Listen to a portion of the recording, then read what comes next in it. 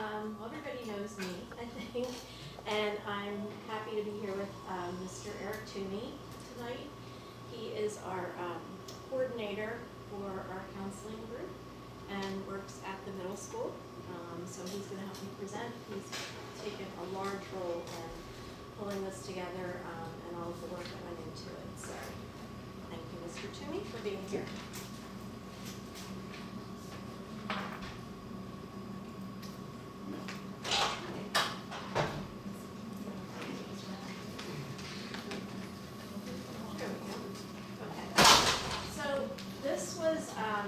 This was a very coordinated effort.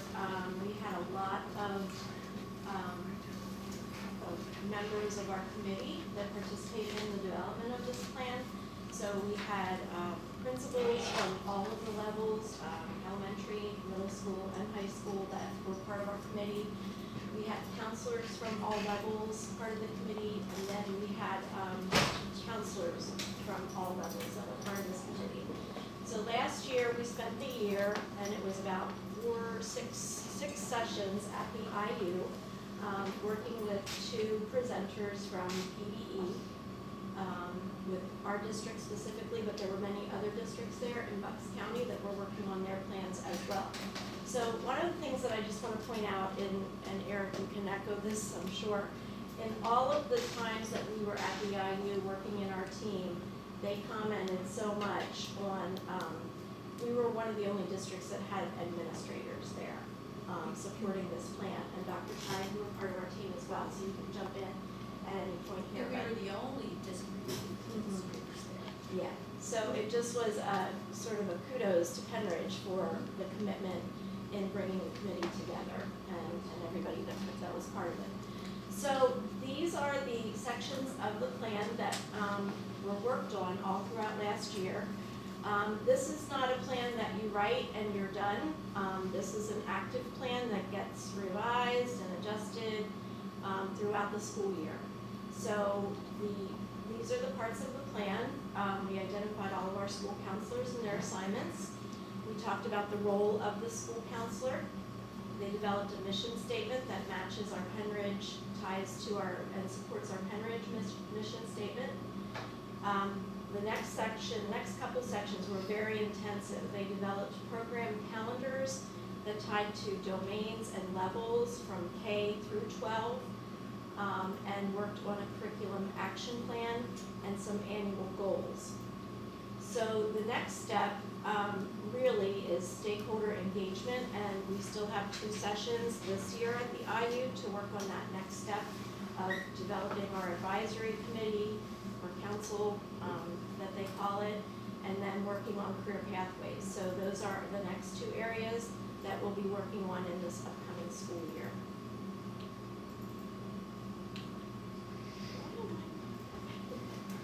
Okay, so this is sort of a bird's eye view of all of the supports that we have in place here at Penridge. We do a really, I can say, in my opinion, that we do a really great job with all of the supports that we provide to students. So you can see we have it divided by elementary, middle school, and high school. We have all of our counselors at each level, and this year, thank you board, we have an additional counselor at the middle school level, which is awesome. Our classroom teachers and support staff are also part of this, because what's important to point out, and Dr. Bolton said this in his opening day with the staff, is that it's really mistitled. This is not just a counseling plan. It's not just the guidance counselors that are responsible for this. This is a group effort, a team effort with everybody that works with our students. So our classroom teachers and support staff are very important. We have behavior specialists that we contract with from the IU to help us at all 3 levels. We have 2 social workers across the district. And then we have our crisis and emotional support counselors from Lakeside that we contract with at all 3 levels to give support to our students. We also then have the SAP program. We work with the Council of Southeast PA and Penn Foundation. We have those counselors available at all of our schools. Last year we implemented elementary SAP, so that was new last year. So every school has a SAP process and has a trained SAP team in every building. They also do assessments, they do one-to-one support with students, and they also do groups. And then they also help us with our mental health supports and with suicide risk assessments that unfortunately we do have. And then the other part that supports this whole comprehensive process is our SEL that we have across the district. So it's across K-12, we have our Takes Pride theme, we have our curriculum at the elementary school, and now this year we're training everybody in habits of mind through Dr. Shine's office. Before you move on, I do want to park here, because I just want to reiterate, you're not seeing the whole plan here, obviously, in this 15-minute presentation. When you get a chance to look at the grade level details in terms of what our students are going to be taught in kindergarten, first grade, all the way through 12th grade, it makes it very clear not only that the one part that Dr. Barker mentioned, that this isn't just a counseling plan, right? Most of these things are not delivered by counselors. And the counselors play a really important role as students need that, but the instruction and the day-to-day interaction with kids happens in so many different other ways. And when you look at those plans, it just really is impressive the number of things that are students being taught. And that really is the strength of this plan, when you get a chance to interact with it, to really just look at the purposeful, this team put together a really purposeful plan in terms of what happens in 3rd grade and how do we build upon that in 4th grade. And what's developmentally appropriate for 7th grade and how does that build into 8th grade. Across all of these areas, whether it has to do with drug and alcohol or mental health or relationships, but all of those things are addressed in here. So I just really am appreciative, and I thought this slide kind of showed that, but you're not going to see the details of that curriculum until you see the food. And then the next slide shows I think you. Mrs. Collin has a question.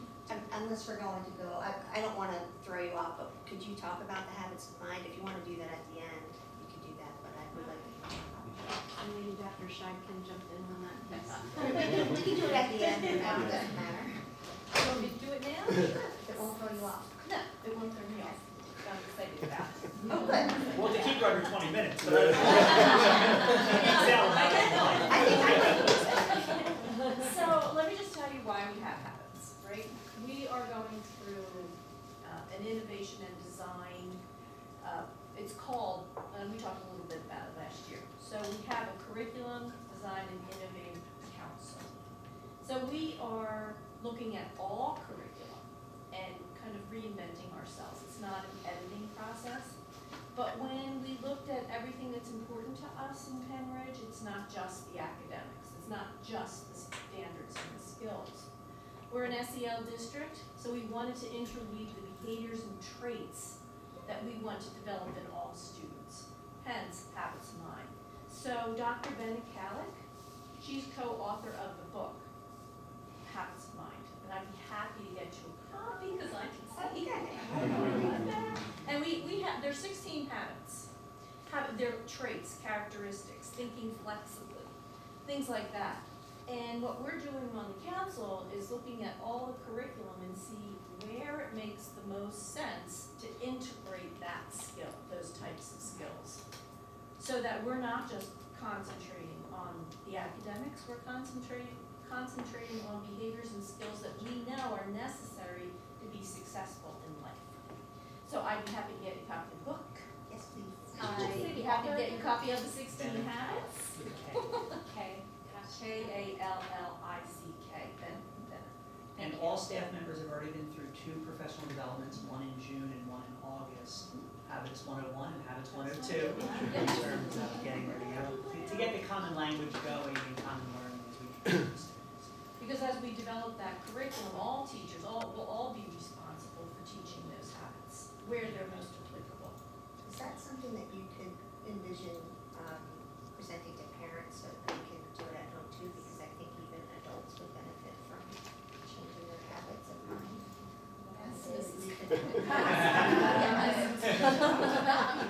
Not to put any pressure. We all do. No, we all do. And when we did the professional development for our staff and our administrators and everybody, we all talk about developing those in ourselves. This is not just for students. We really looked at what we think are our strengths, right? And some of the things that we want to continue to develop. So I think parents would probably really appreciate that. So more discussion to follow. Okay, thank you. Thank you, Dr. Shine. Okay, So then these are the additional resources that we have available to students, and this is not all inclusive because I thought of two things today that could be on this list every time I do this presentation, but as I mentioned before, we have our SAP program. We have the NOVA Encourage program, which is our upstander peer education program, sort of a bullying prevention program where our high school students go to the middle schools and the elementary schools, and they have meetings with those students and role play and do some things about anti-bullying lessons that happen within the curriculum. Henrich PALS at the high school, that's a program for our special education students to support them. We brought in Rachel's Challenge that you brought to us. The link crew at the high school that helps us with our middle school transition students that are coming up to the high school. And then also at the high school, we have our Family Foundation partnership that works with our at-risk students. There are two things that are not on here. We have, we're bringing this year, it was an initiative in all of Bucks County. All second grade classrooms are going to receive the Safe Touches curriculum from NOVA. That was a grant through Penn State because of everything that happened at Penn State to put some money into education and working with students. So they'll be coming into every second grade classroom this fall. And then we also have our Safe to Say reporting system that really helps us get those reports on students that might be having some risky behaviors or things going on in their lives. And we'll turn it over to Mr. Toomey. Okay, thank you. One of the biggest components of the K-12 plan is the career to work standards. So that's kind of what I'll be referencing mostly tonight, but of course we're open to answering your questions, and I'll tie in habits in mind as well. We use this, and again, the state has asked us to have a certain number of activities for each grade band, right? And Dr. Bull made a great point when we first started talking about this. It resonated with our counseling group, is we just didn't want to meet the standards of, hey, you have so many.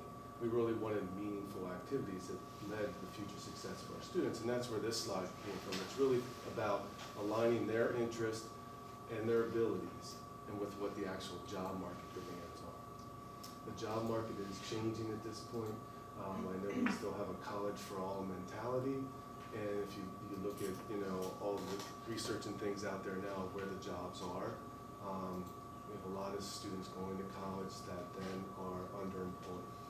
And it's one of the factors that we're trying to consider how we can educate our students to make the best choices for themselves, as well as to match what their abilities and interests are. So that's where we're really working. We want students to hit their target, whatever they decide that may be. And again, I think it's a good goal for us to have. Part of the whole importance of the program too is it's the Future Ready Index, and I'm not sure how familiar you are with that, but the Future Ready Index is how the schools, of course, will be measured. One of the components is the college and career measures piece, and that's where it falls in with the K-12 plan. Are the students successfully getting their meaningful activities? And really, when you look at it, they're identifying the percentage of students that are having meaningful activities, and that's the piece we highlighted on our presentation tonight. Because again, it has to be something that means something to them. I talked with the central faculty Wednesday about the whole plan and working together with teachers and how we're going to match up curriculum and things. And I said to them, and I'll say the same to you, the one time I've really hooked students when I talk about careers is when I tell them it's not about the content you're necessarily learning, it is the practicing of the skills. How to learn, how to compare and contrast, how to organize their thoughts, all of those things. And when I break it down for them, because I tell them, we don't do a very good job of telling you why you're learning these things. Why are you studying ancient Egypt? Right? We all question some of the things that we learn going through school. And when you tell them it's about acquiring skills to help them be successful in the future, like, I wish I could capture, a snapshot of that moment, because they are all, it's what they're dying for. And it's really what we want to put into our K-12 plan with the assistance of the teachers is how do we make meaningful activities of all the things they're doing, and how does it tie to their future? So when we talked with the faculty just at Central, we'll be doing it at all the schools here up through October, is how can we match up the curriculum with academic areas with the K-12 initiatives and the Career to Work standard. And we're at a perfect time. The districts, you couldn't put it at a better point where we're rewriting curriculum, we're discussing pathways at the high school, and we have habits of mind on that. Like it absolutely goes perfectly together. And this is my second time through it. I came from York County, which I did this 3 years ago there, because every part of the state went in a different order. And we have such administrative support, and it's gonna make all the difference in the world. We will have a great program. It is gonna be a living document. Something that we'll continue to develop over time. What we did as counselors this year, we even went a step above what the trainers have asked us to do. The Career to Work standards are 4 main strands. They're the career awareness and preparation, which everybody does. Interest inventory, those types of things. Career acquisition, how do you get a job? And then the career retention and advancement piece is an area that we're kind of weak at, as well as entrepreneurship. And that's where the habits of mind come into play. Those habits of mind make sure not only can they acquire a job, can they write a great resume, can they fill out a job application to get the job? That's great. But do they have the skills and interpersonal skills to maintain that job and advance in that area? So that's what we want for our Penn Ridge graduate. And that's what we're working hard. So what we did through the work with Heidi Hayes Jacobs too, we're developing curriculum maps to prioritize the most important parts of those strands so that we can focus on those first and then branch out into all of the standards underneath each strand. But we are working really hard to prioritize, and that's the piece we're going to go to the teachers with, is saying, okay, these are the things we're identifying as the most. We include 2 habits of mind in each of our curriculum maps that correlate with what else is happening in the Career to Work standard. So that's where we're putting a lot of our work this year, to make sure we're doing that. Just for informational purposes, these are the grade bands and what the state has asked us to produce. So by the end of 5th grade, students are to have 6 artifacts. Again, documentation where they reflected. Before, when they first started this plan 3-4 years ago in the other county, you just needed documentation. But now they are stretching all schools to think about the reflection piece, so the students are really giving some thought and understanding to what they're doing. So by the end of 5th grade, they're looking for students to have 6 artifacts. 8th grade's kind of a nice key year because they also want 6 by the end of that time. But that's where the career plan really comes to be part of it. They want all 8th graders to go to the high school with an individualized career plan. And again, that's where we're spending a lot of our focus elementary to build that through 8th grade. And then of course, they go to 11th grade and we meet artifacts at the end of that time. One of the things that we're struggling with is just how to put all that together. And that's, again, where we'll have continued work. PDE is, they of course gave great recommendations on how to do this. So they have this spot on their website that has 13 recommendations. So when Dr. Wyark and I went through them, we highlighted the ones in green that we're actually either have in place or is currently being put into place here at Penn Ridge. So if you kind of look through those, I don't want to read all of those for you. But I believe we have 9 of the 13 already in place. So again, that's why I said the administrative support, the entire team working together, it really is, it's a great time for this plan and for our Penn Ridge students because they're really going to benefit. Okay, so our final slide just touches on what is next. So I think as Eric and I both talked about, Dr. Bolton sort of kicked off his address back to staff. One of the items he talked about was this plan and how we all are a team in implementing it, not just our counselors.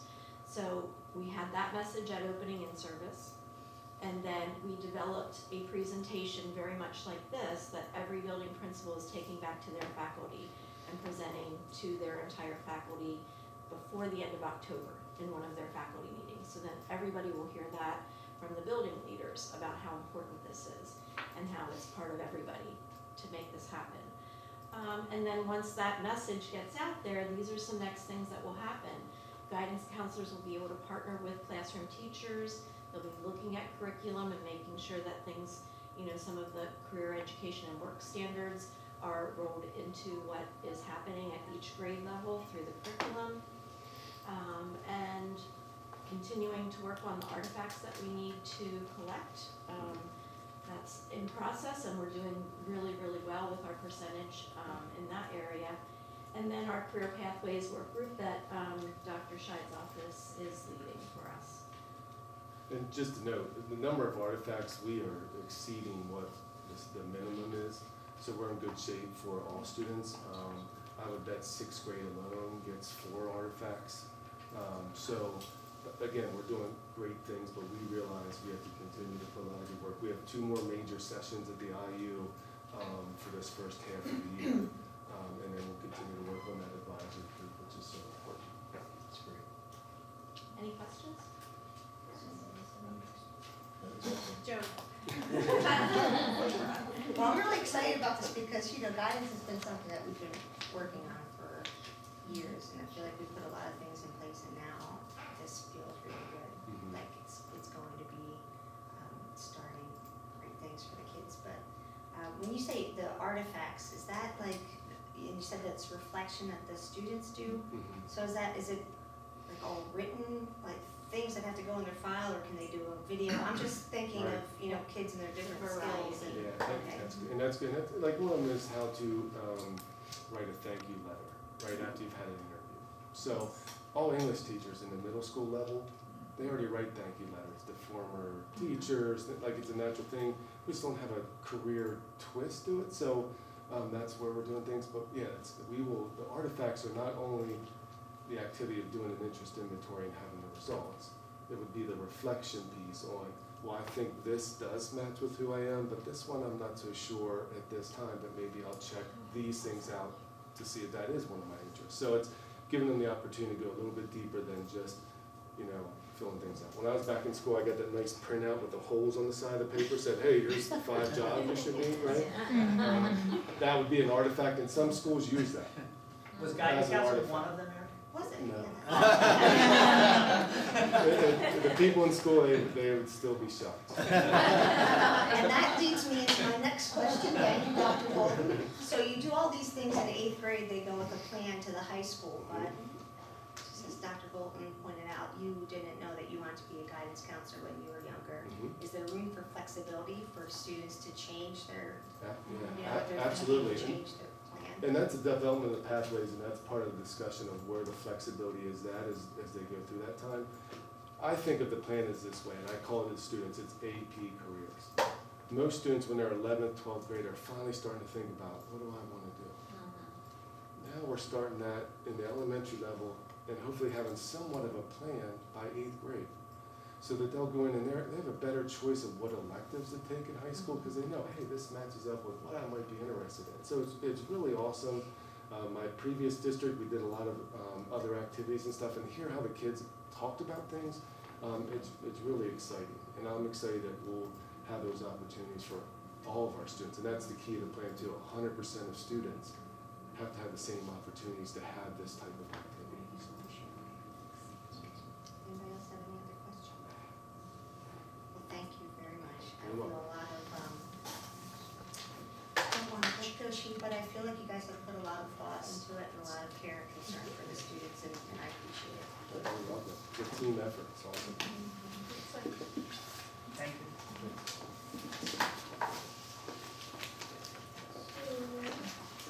Our next item is the Making Meaning, I have trouble saying that, Making Meaning 2021 program.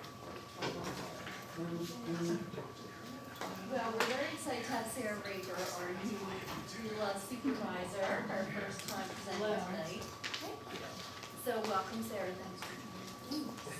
So this is very exciting because we're rounding out Making Meaning next year for the other 5 schools who have not received it yet. So none of this is new information. We're following the same plan we did for Sellersville and West Rockville for this year, so you won't see anything especially new, other than numbers, because we're expanding to 5 schools instead of 2.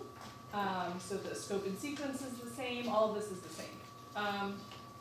What we are doing is obviously expanding the Making Meaning classroom packages to all the teachers at the other 5 schools. And we're also supplementing their guided reading libraries by purchasing kits for grades 1 and 2, where we see the most need for guided reading for all 5 schools. We're doing that for the 2 pilot schools this year as well. So they'll all have the exact same resources at the exact same time to be able to implement fully. So we're very excited about that. And we have 10 days of PD through Collaborative Classroom built in, so that includes lesson studies where we have the consultants come in and work with our teachers across schools, across grade levels. They really get to dive in with the consultants and get feedback right away. And then we have some virtual PD and other things that are flexible in there based on what we see we need as we move through the year. So that is pretty much it in terms of what's new. The biggest thing is that we are building right now the capacity within the district to really make this a success as we go to the next 5 schools in the next phase of this. Our teachers are very excited. The pilot schools are off and running. Nicole Machoni, our literacy coach, cannot get out there fast. I can't get her in the office. She doesn't want to talk to me. She wants to be at the school. So they're all very, very excited, and that's really going to be the key to our success next year, because the buy-in from the teachers is already happening because of the teacher collaboration and the way that they're talking about the program. I don't even have to say anything. They want it, they want to do it, and they know they'll be successful. So it's very exciting. That's cool. Yeah. Questions? Can you just talk a little bit about this year's PD in terms of kind of setting the stage for as we move into next year? A little bit about the work. I mean, I know it's differentiated in August, but around the balanced literacy, as well as some of the plans for the spring. Because a lot of the PD is built in, but that's next year's PD. But there's also PD this year for the teachers to kind of get them ready, so when we get the summer, they'll be ready to really dig into these programs. Right, so we started in August, in our August 28th PD, with providing the teachers at these 5 schools a balanced literacy workshop so that we could kind of develop some common language, get everybody to understand where we are ultimately going, because right now we're not in that place fully. So we kind of gave them an idea of the vision of where we want to go and how they can get there and move closer and closer as we reach the end of the year. Dr. Barczyk and I have talked about in the late spring allowing the teachers some access to the Making Meaning materials so they can look through them, maybe pilot in their own classroom a unit so they can play with it, ask some questions before we move into fully embracing the program. We will have all the modules. There's like a lot of online professional development modules that they will do in February in preparation for June PDs to get them ready to go in August. So we're already on our way, which is exciting. And I ask the same question every time, Dr. Barczyk and Dr. Scheid, in terms of the money that has been allocated for this is budgeted as part of the program improvement. These are the funds that have been budgeted to use, and because it's a big ticket item, but it is the major initiative of the district at this moment from a curriculum. Yes, it's all coming from program improvement. And with that in mind, obviously, these are big ticket items. We will not have many other program improvements this year. But our main focus is really literacy, and we're so excited that it's going to be here. We haven't started, but next year will be an exciting year as well. And I just want to, again, thank you guys. I think that this is one of the best things we've done. I think it's one of my favorites. And I loved going in, and I know several of us have had the opportunity to go in and see this in action in the classrooms, and every single student, and you know the students who are normally off task and distracted, they're not. They're so engaged because they